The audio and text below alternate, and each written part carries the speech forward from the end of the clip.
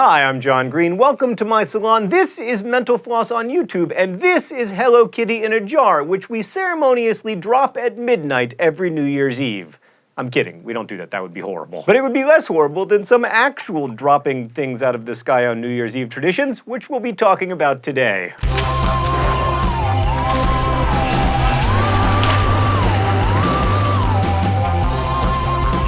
It's not New Year to the residents of Bethlehem, Pennsylvania until a giant Peep falls from the sky. That's because Just Born, the company that makes the anthropomorphic marshmallows, calls the eastern Pennsylvania town home. While Peeps now come in shapes to suit every holiday, except for Arbor Day, the New Year's drop is done with the traditional yellow Peep. Residents of Eastover, North Carolina drop a 3-foot-tall, 30-pound wooden flea to ring in the new year. Why? Because the town was called Flea Hill until the 1920s, a fact that the residents of Eastover are apparently proud of. A 350-pound electronic moon pie is dropped in Mobile, Alabama, which reminds me that I would enjoy a 350-pound actual moon pie. Every year, Prairie du Chien, Wisconsin makes Lucky the Carp the center of attention when he's lowered onto a throne to celebrate the new year. In fact, it's the culmination of a week-long carp-filled festival. In Key West, Florida, residents lower a drag queen named Sushi in a large red high heel. If that's not your cup of tea, you have other options in Key West. They also drop a 6-foot conch shell and a pirate wench. In Bartlesville, Oklahoma, an olive descends from the top of the Frank Lloyd Wright-designed Price Tower and falls neatly into a martini glass, which must be awesome to see until you sober up and realize that you are in Bartlesville, Oklahoma.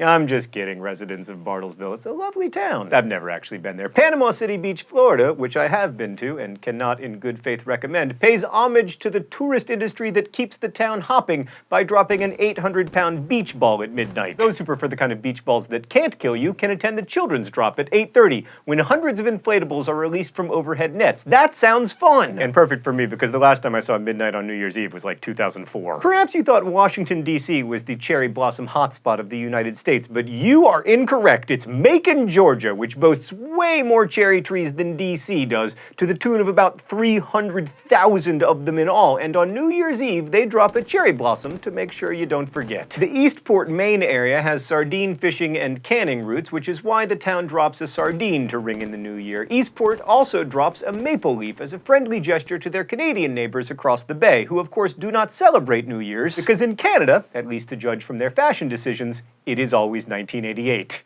I'm trying to offend everybody in this video. In Mechanicsburg, Pennsylvania, they drop a wrench, you know, because Mechanicsburg. Atlanta drops an 800-pound giant peach to ring in the new year. James is not included. And in Flagstaff, Arizona, which sits in one of the largest ponderosa pine forests in the world, they drop a glowing pine cone on New Year's Eve. And if you think that sounds weird, at least they've come a long way from the garbage can with pine cones glued onto it that was used during the first drop in 1999. Paying homage to their Little Apple nickname, Manhattan, Kansas, drops a brightly lit red delicious apple, to be clear. Plymouth, Wisconsin rings in the new year with an 80-pound chunk of cheese. Sadly, it is not actual cheese, but merely a brick of yellow styrofoam.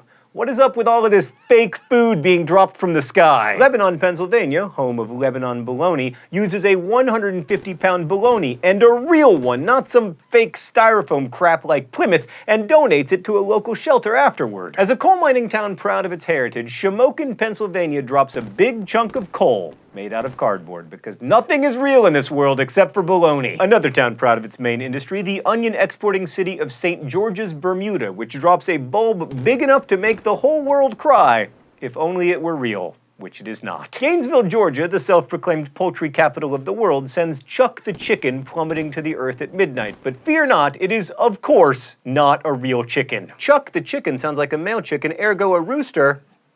Oh, we can do that too. Brasstown, North Carolina, however, did use a real animal, a possum in a cage, until they were sued by PETA. Last year's drop was performed with a glass container with photos of possums taped to the outside so as to obscure its contents. Folks are speculating that this year's drop will feature a stuffed possum, or maybe even roadkill, because, you know, that's the kind of thing that gets speculated about in Brasstown. Speaking of dead animals, the good people of Prince Anne, Maryland drop a stuffed muskrat named Marshall who wears a top hat and bow tie. We don't have a stuffed muskrat, but we do have a stuffed meerkat. Courtesy of the Hard Rock Cafe, a 10-foot Gibson Guitar drops at midnight in Niagara, New York, which reminds me that I can play one chord. You'll note that I didn't say I could play the chord correctly. Since 1999, a 3-foot-tall pickle has dropped down the flagpole at midnight Greenwich Mean Time in Mount Olive, North Carolina, home to the Mount Olive Pickle Company. That's 7 p.m. Eastern, in case you're making plans to attend, and I am because it's before midnight. It would take a Godzilla-like squirrel to carry away the 10-foot-tall acorn dropped in Raleigh, North Carolina. Regular-sized squirrels can still have a go at it, though. The 1,250-pound copper and steel acorn lives in Moore Square the other 364 days of the year, where squirrels can't eat it, but they can poop on it. Lower Allen Township, Pennsylvania drops a 5-foot-tall pair of bunion-sized yellow breeches in honor of the local Yellow Breeches Creek. Citizens of Sunbury, Pennsylvania drop an Edison bulb to honor Thomas Edison for his 1883 experiment at the City Hotel, now called the Edison Hotel. Edison's experiment resulted in the installation of the first 3-wire overhead electrical system installed in a commercial building anywhere in the world. We're being clear here because we know it's the internet and you guys prefer Tesla. Fittingly, the Sea Pines Resort in Hilton Head, South Carolina drops an oversized golf ball from the Harbor Town Lighthouse. Really?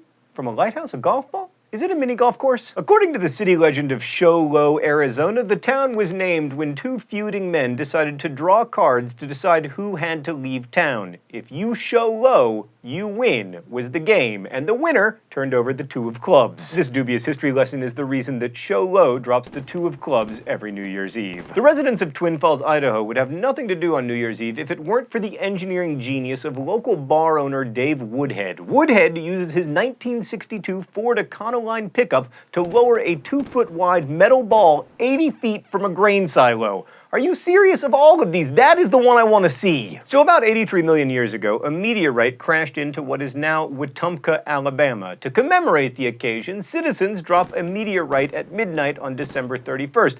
But I guess the real question is, where did they get the meteorite? Oh, I know, it's fake. And then there are the cities that shun tradition and raise random objects to the sky instead of dropping them to the ground. In Seattle, for instance, the elevator to the Space Needle starts at the bottom and then climbs to the top, and when it gets there, fireworks! Similarly, when the illuminated glass elevator of the Tower of the Americas in San Antonio hits the top of the tower, it sets off a 10-minute fireworks display. Wait, is Grandpa Joe in it? Miami raises an orange wearing sunglasses, obviously. And when the watermelon ball in Vincennes, Indiana gets to its summit, the ball opens to release 12 actual watermelons. If you're looking for more processed sugar, you should head on over to Hershey, Pennsylvania, where they raise a massive Hershey's Kiss. Apparently it is fake. That is so disappointing. And lastly, we return to the salon so that I can tell you that Charlotte, North Carolina, aka the Queen City, is so named because Charlotte of Mecklenburg-Strelitz was Queen Consort of Great Britain when the city was incorporated. And now you know why the city raises a crown 25 feet into the air on New Year's Eve.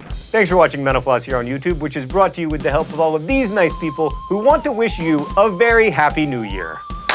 Every week we endeavor to answer one of your mind-blowing questions. This week, Frankie DeMann asks, what's the difference between vanilla ice cream, French vanilla ice cream, and vanilla bean ice cream? Well, Frankie DeMann, regular vanilla ice cream is made with vanilla extract, while vanilla bean gets its flavor from unprocessed vanilla, which has like small black flakes. And French vanilla is made with an egg custard base and is typically creamier than the others. Thanks again for watching Mental Floss here on YouTube. Whether you're watching a giant moon pie drop from the heavens or doing the Times Square thing in your living room, we wish you a happy and healthy and safe New Year.